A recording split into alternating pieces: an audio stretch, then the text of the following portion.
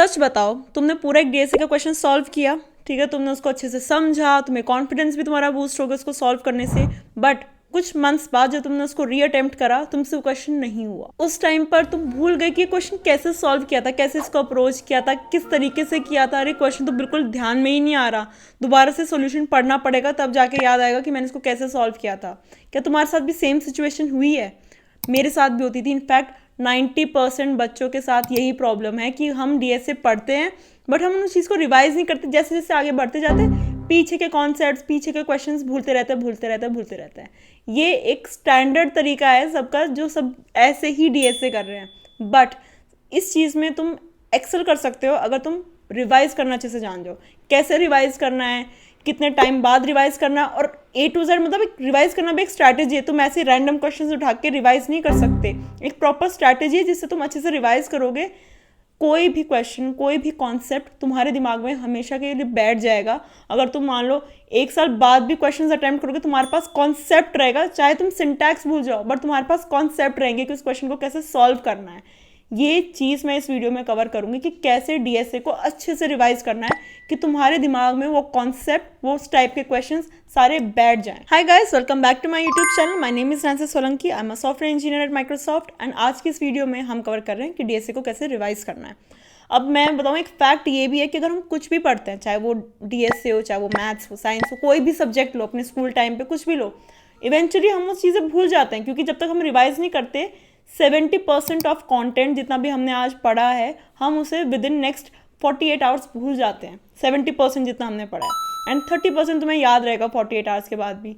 तो ये एक फैक्ट है। तो इससे बेस्ट तो तरीका यही होगा ना कि तुम रिविजन ऐसे प्लान करो कि तुम्हारे दिमाग में हमेशा वो चीज़ स्टिक रहे। सबसे पहली चीज़ जो आपको इंप्लीमेंट करनी है अपनी प्रिपरेशन में, वो ये है कि आपको टॉपिक वाइज रैंडमली कोई भी क्वेश्चन ऐसे सॉल्व नहीं करना है कि अभी ग्राफ कर लिया, अब रिकर्जन कर लिया, अब बैठ के हमने थोड़ा बहुत डीपी कर लिया। नहीं, हमें सिस्टमैटिक पैटर्न वाइज चलना है कि मैं पहले एरेज स्ट्रिंग्स करूंगी, फिर मैं स्टैक क्यू करूंगी, फिर मैं स्लाइडिंग विंडो 2 पॉइंटर्स करूंगी, उसके बाद फिर मैं रिकर्जन के बाद फिर मैं देखूंगी कि ट्रीज कैसे होंगे, फिर ग्राफ कैसे होंगे, फिर मैं अपना डीपी कैसे करूंगी। इस सिस्टमैटिक तरीके से करना है।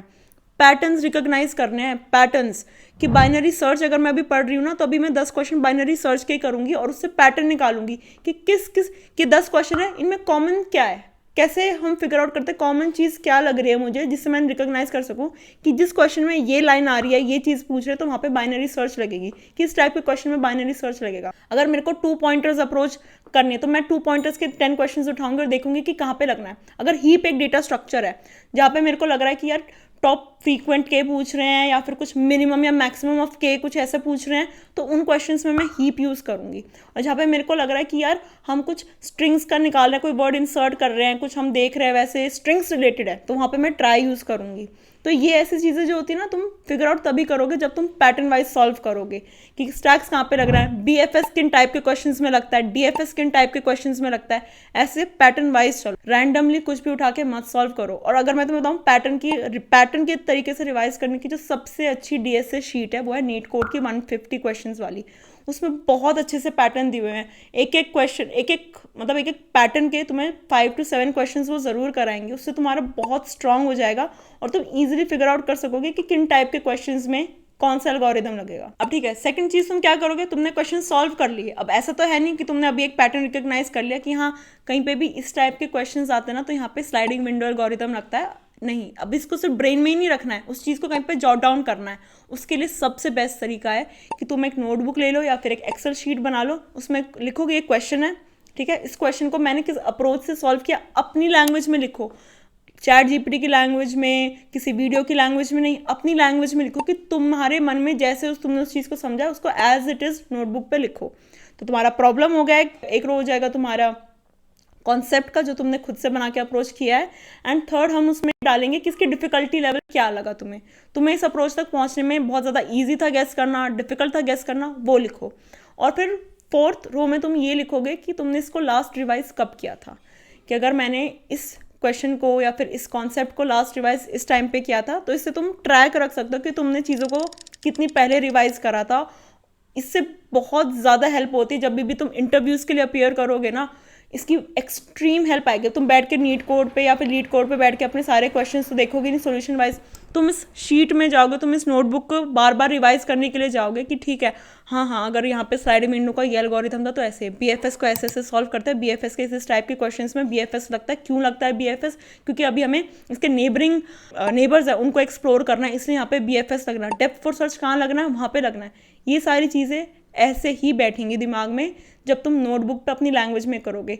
और जिस क्वेश्चन को तुम ये लगा लो दोबारा से तुम्हें उस चीज़ को करने में 10 या 15 मिनट्स लगते हैं उसको अप्रोच करने में, नोटबुक मेंटेन करने लग जाओगे ना, तुम क्वेश्चन को पढ़ते ही तुम्हें क्लिक हो जाएगा इसमें क्या लगना है। थर्ड पॉइंट जो है कि हमें कितने टाइम फ्रेम में रिवाइज करना है। हमने जो लास्ट पॉइंट में जो हमने टाइम स्टैम्प वाला एक कॉलम बनाया था जिसमें हमें लिखना था कि हमने इसको लास्ट कब रिवाइज किया था, कब इसको देखा था इस क्वेश्चन को, तो फिर अब तुम्हें उस चीज़ को कैसे मतलब यूज़ करना है उस वाले कॉलम को। तो मान लो तुमने आज एक क्वेश्चन सॉल्व किया है, मुझे वो क्वेश्चन का लेवल लगा मीडियम टू हार्ड लगा, मेरे लिए थोड़ा सा मतलब मीडियम लेवल था मेरे को उस चीज़ को गेस करना कि यार इसकी अप्रोच थोड़ी सी मेरे को टाइम लगा था फिगर आउट करने में, तो मैं क्या करूँगी, अच्छा इसमें मेरे को मीडियम टाइम लगा था तो आज मैंने जो क्वेश्चन सॉल्व किया है ना उसको मैं कल बैठ के रिवाइज ज़रूर करूँगी नेक्स्ट क्वेश्चन सॉल्व करने से पहले। और मेरे लिए उसको मतलब रिवाइज करना बहुत आसान और बहुत कम टाइम में हो जाएगा। ऐसा नहीं कि मेरे को बहुत ज़्यादा टाइम लगेगा उसको रिवाइज करने में, क्योंकि मैंने कल ही सॉल्व किया है। तो ठीक है, आज मैंने क्वेश्चन किया, मैं उसको नेक्स्ट डे ज़रूर रिवाइज करूँगी। फिर वीकेंड पे बैठ के संडे वाले दिन को सिर्फ और सिर्फ रिवीजन के लिए रखो। इस हफ्ते मैंने जो क्वेश्चन सॉल्व करे हैं, जैसी मैंने अप्रोच बनाई है, जो मेरी नोटबुक है उसको बैठ के गो थ्रू करो। तो फिर हमने नेक्स्ट डे रिवाइज करा है, वीकेंड पे रिवाइज करा है। अब हमें क्या करना है, एक मंथ में हमें एक दिन एक्सेप्ट फ्रॉम संडे, उस मंथ के एंड में एक दिन ज़रूर छोड़ना है जिस दिन हम उस मंथ में जितने क्वेश्चंस हमने सॉल्व किए हैं उनको बैठ के रिवाइज करेंगे। आपको लगेगा ये तो बहुत ज़्यादा टाइम कंज्यूमिंग हो जाएगा, नहीं, क्योंकि आप उन्हें थोड़े थोड़े ड्यूरेशन में रिवाइज करो ना, वो बहुत जल्दी पूरे मंथ का रिवाइज हो जाएगा। इससे आपके दिमाग में ना वो कॉन्सेप्ट, वो पैटर्न बैठ जाएगा। अगर आप जानना चाहते हो और किस किस टाइप के पैटर्न्स होते हैं, कैसे उनको फिगर आउट करना होता है, मैंने उसके लिए भी एक DSA पे वीडियो बनाई हुई है कि how we can recognise patterns.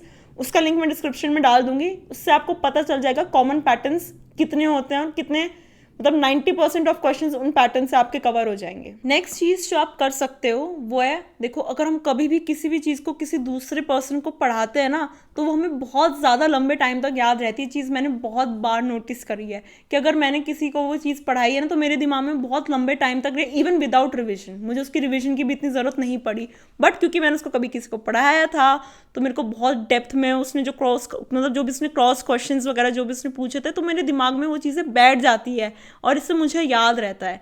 यही चीज़ सबके लिए एप्लीकेबल भी है।